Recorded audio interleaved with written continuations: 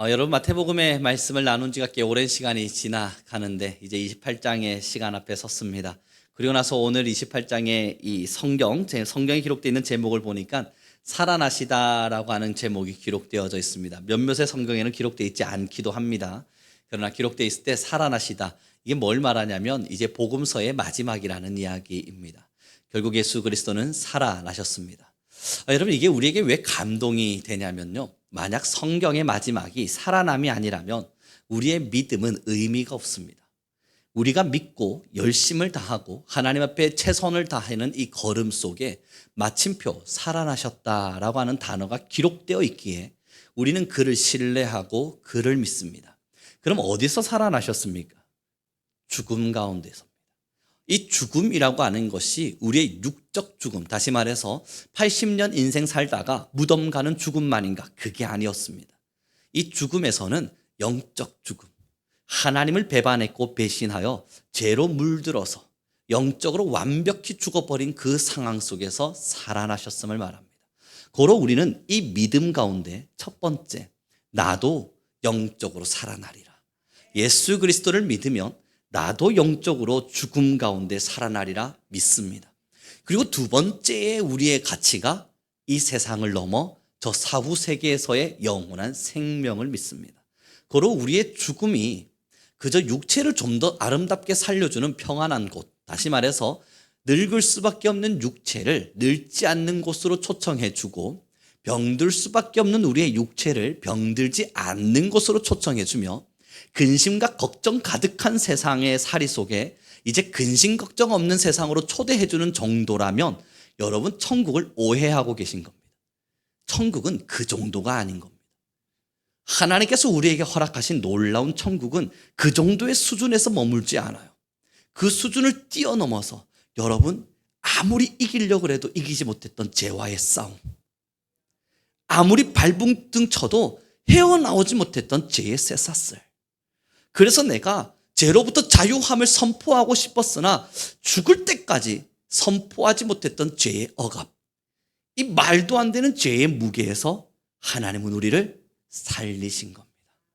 그러니 영적인 병듦보다 이 영혼의 살아남이 우리 안에 더 깊은 은혜가 되어 사랑하는 귀한 성도 여러분, 천국을 소유할 수 있는 우리 모두가 되길 바랍니다. 우리 그런 의미에서 옆 사람에게 한 번 더 인사합시다. 주님이 우리 대신 먼저 사신 바 되셨습니다. 우리 함께 인사하죠. 그리고 나서 보니까 여러분 28장 8절을 한번 좀 읽어봐 주실래요? 8절입니다. 같이 읽겠습니다. 시작. 그 여자들이 무서움과 큰 기쁨으로 빨리 무덤을 떠나 제자들에게 알리려고 다름질할세. 여러분, 지금 여기에서 이제 여인들이 예수님이 살아났음을 봤습니다. 예수님이 우리를 대신하여 먼저 살아나셨다는 것을 보게 됐고 먼저 사신받은 예수 그리스도를 지금 경험했습니다. 그랬더니 8절에 뭐라 기록되냐면 그 여자들이 첫 번째 무서움을 가졌습니다. 그리고 두 번째는 큰 기쁨이 있었습니다. 여러분, 이 감정선이 뭔가 이상하지 않으세요?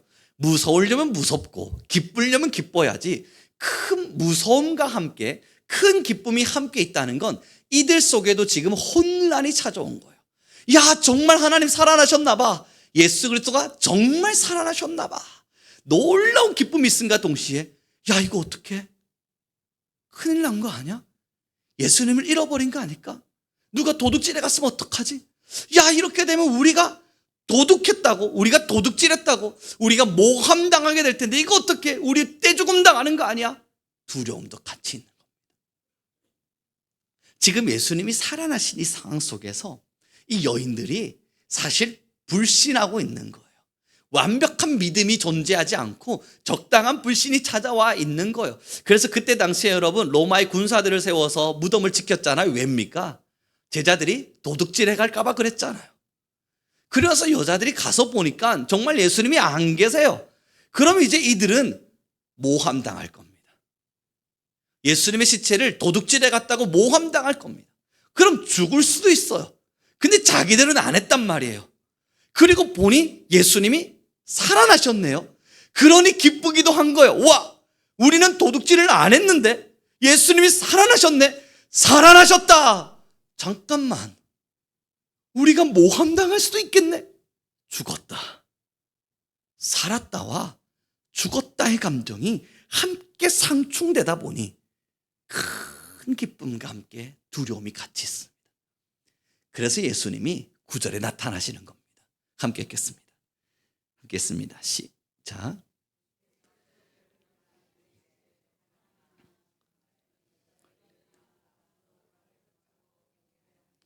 그랬더니 9절 말씀에 예수님이 직접 그 여인들을 만나서 평안하냐 물으셨습니다.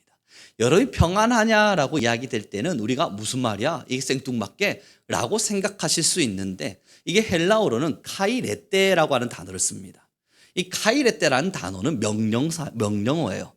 질문하고 있는 것이 아니라 명령하고 있는 건데, 그 의미의 원초적 근원은 기뻐하라라고 하는 명령어입니다. 그럼 다시 말해보면, 이걸 재해석해보면 예수께서 그들을 만나 이르시되 기뻐하라. 8절 말씀에 큰 기쁨과 두려움의 감정 속에 이 두려움과 큰 기쁨이 충돌하고 있는 이들에게 예수님이 뭐라고 명령하시는 거냐면 기뻐하라. 그리고 만나 주신 거잖아요. 살아났으니까. 내가 살아난 거니까 너희는 기뻐하라. 그리고 나서 10절의 말씀이 있는 겁니다. 함께 읽겠습니다. 시작.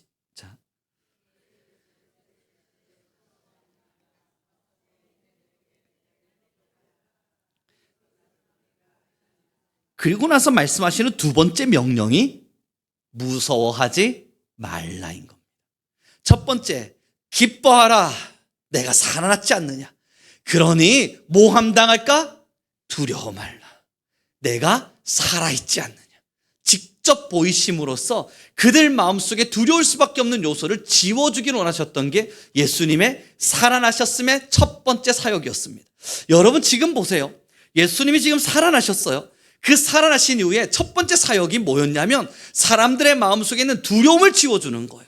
사람들의 마음속에 불신으로 가득한, 어쩌면 예수님의 살아나심을 제대로 믿지 못해서 불신하고 있는 그 마음에 두려움을 지워주는 것이 예수님의 살아나셨음의 첫 번째 사역이었던 거예요.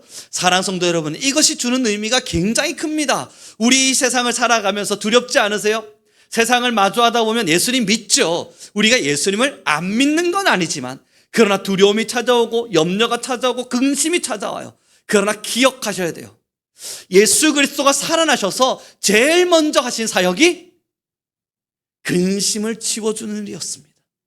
그럼 그 살아나신 예수님을 처음 만난 우리가 지금도 예수님이 우리를 위하여, 우리를 통하여 우리에게 하고 계신 사역이 근심을 지워주고 있는 겁니다. 나의 살아났음을 믿어라.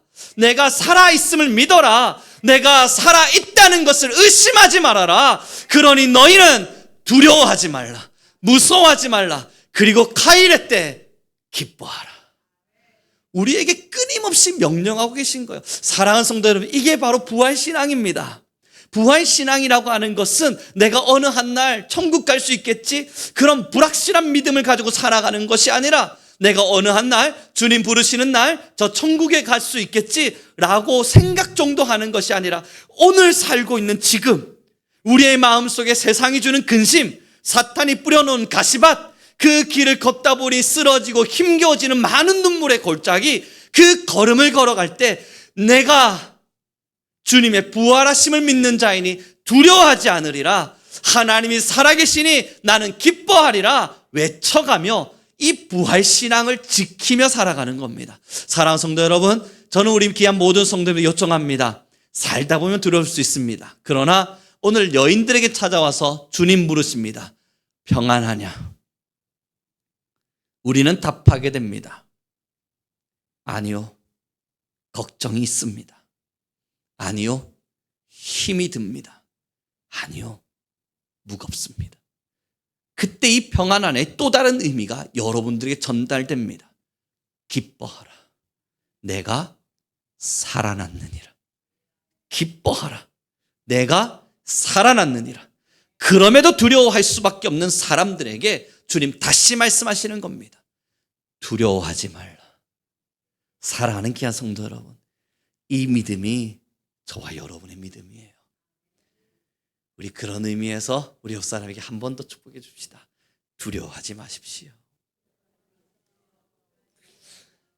그럼요, 여러분. 그러니까 웃는 거예요. 이 배알이 없어서 웃는 게 아니고요. 정말 우리가 뭐 힘든 일이 없어서 안 울지 않겠습니까? 이 한 번씩 우리 모든 이들 한번 인생 한번 펼쳐놓기 시작하면 여러분 때로는 어떤 분들이 그러더라고. 이건 미치는 게 낫다. 예전에 어른들이 그랬었어요. 이 정신으로 살 바야 그냥 미쳐서 사는 게 낫지. 내가 맨정신으로 이건 견뎌낼 재간이 없다. 여러분 그런 인생의 걸음들을 다들 걸어가고 계시잖아요. 뭐 청년들이라고 괜찮겠습니까? 아유, 우리 권사님들도 젊은 시절 생각해보면 그때 눈물 많이 흘리셨잖아요. 쟤들도 그래요. 누구 하나 이 인생의 걸음 속에서 마냥 행복하지만은 않습니다. 10대들 행복하실 것 같잖아요. 근데 저도 생각해 보거든요. 저의 10대는 행복했던가? 그러진 않았어요. 공부한다는 게 은근히 스트레스가 되기도 했고 친구들과의 그 사회적 관계가 때로는 저한테 억압처럼 다가오기도 했단 말이에요. 매일 아침마다 무슨 쳇바퀴 돌리듯이 학교 가야 되고 학교 마치고 나면 집에 돌아서 또 밥 먹고 자야 되고 또 눈 떠보니 학교 가라 그러고 생각보다 쉽지 않았던 시간이었던 것 같단 말이죠. 그래서 젊은이들은 노인들을 부러워합니다. 그런데 또 나이가 있으신 분들은 또 젊은이들을 부러워합니다. 우리 서로 그렇게 부러워하며 삽니다. 왜 그렇습니까? 호락호락하지 않거든요. 만만하지가 않거든요. 이 세상이 그렇게 우리에게 너그럽지가 않거든요. 때로는 세상 살이 그 자체가 너그럽지 못하고 때로는 사탄이 우리를 가만히 내버려 두지 않습니다. 끊임없이 유혹하고 끊임없이 흔들어서 내 영적 상태와 육적 상태가 메말라 고갈된 상태가 되어 쩍쩍 갈라질 때까지 우리를 괴롭힙니다. 그런데 왜 웃고 계세요? 이 찬양하면서 왜 박수를 막 치십니까? 침에 안 걸리기 위한 방법인가요? 아니잖아요. 여러분 왜 찬양하면서 내가 할 수 있는 목소리를 힘을 다해 찬양을 합니까? 여러분 세상을 살면서 때로는 힘든 일이 있을 때 왜 주여 한번 한숨도 아닌 것이 예수님 이름 부르는 것도 아닌 것이 기도도 아닌 것이 기도스럽게 왜 그냥 주여 한마디 하고 에휴 그러고 살아가십니까? 왜 그 신앙의 걸음 속에서 예수님을 찾고 주유를 찾으세요? 우리의 마음 속에 부활 신앙이 있기 때문이에요. 두려워하지 말라 말씀하시는 하나님의 음성이 쟁쟁하게 들리진 않을지라도 이 마음속에서 꿈틀대고 있기 때문이에요. 그 꿈틀댐을 통해서 하나님이 성령을 통해 우리에게 말씀하기 때문이에요. 웃어라, 기뻐하라, 두려워하지 말라, 내가 살아있느니라. 하나님이 지금 살아계신다는 사실을 우리의 이성을 넘어서 성령을 통해 우리에게 끊임없이 말씀을 주시니 여러분 신앙인에게 찬양하는 것이 아니라 그 기쁨을 누리고 있기에 찬양하는 겁니다. 울 일 있죠. 그러니 찬양하다가 울 날도 있죠. 그럼에도 한참을 울다 보니까 내 영혼이 왜 맑아집니까? 살아계신 예수 그리스도가 내 안에 임재하셨기 때문입니다. 예배가 왜 살아있는 우리의 신앙의 증명이 됩니까? 살아계신 예수 그리스도가 부활하신 주로서 우리의 영혼 가운데 자정하시기 때문인 거예요. 이 예배를 마치고 돌아가실 때 왜 울적하지 않으세요? 예수 그리스도의 임재하심이 저와 여러분의 영혼을 가득 채웠기 때문이에요. 사랑하는 귀한 성도 여러분, 하나님의 임재입니다. 살아계신 하나님의 역사가 필요합니다. 살아계신 하나님께서 저와 여러분의 영혼을 가득 충만한 영으로 임재하셔야만 합니다. 그때 우리의 영혼은 환호하고 환희하며 주님 앞에 기뻐할 겁니다. 첫째, 울 일이 없어서가 아니라 하나님이 함께 하시기 때문입니다. 살아계시거든요. 오늘 하나님께서 우리 모든 성도님들에게 말씀하십니다. 내가 살아있노라. 기뻐하라. 두려워하지 말라. 그리고 오늘 본문을 다시 읽어보면 은혜가 됩니다. 8절부터 10절 말씀 함께 읽겠습니다. 같이 읽습니다. 시작.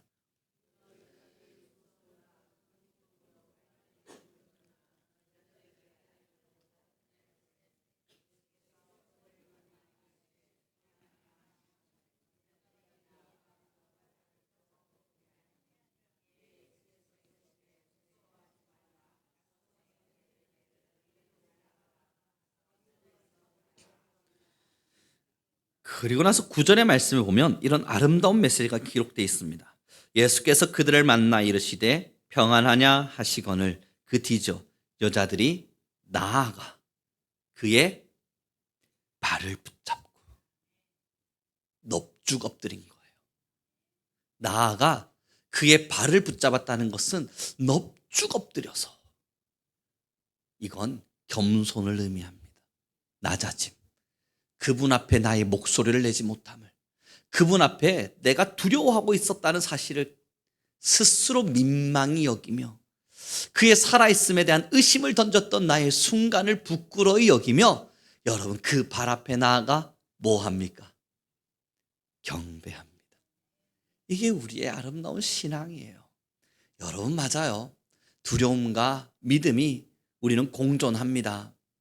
아무리 대단한 신앙인이고 이 세상에서 유일한 신앙인인 것처럼, 혼자 가장 거룩한 사람인 것처럼 그렇게 힘있게 신앙하는 사람이라 할지라도 두려움이 없는 사람이 누가 있습니까?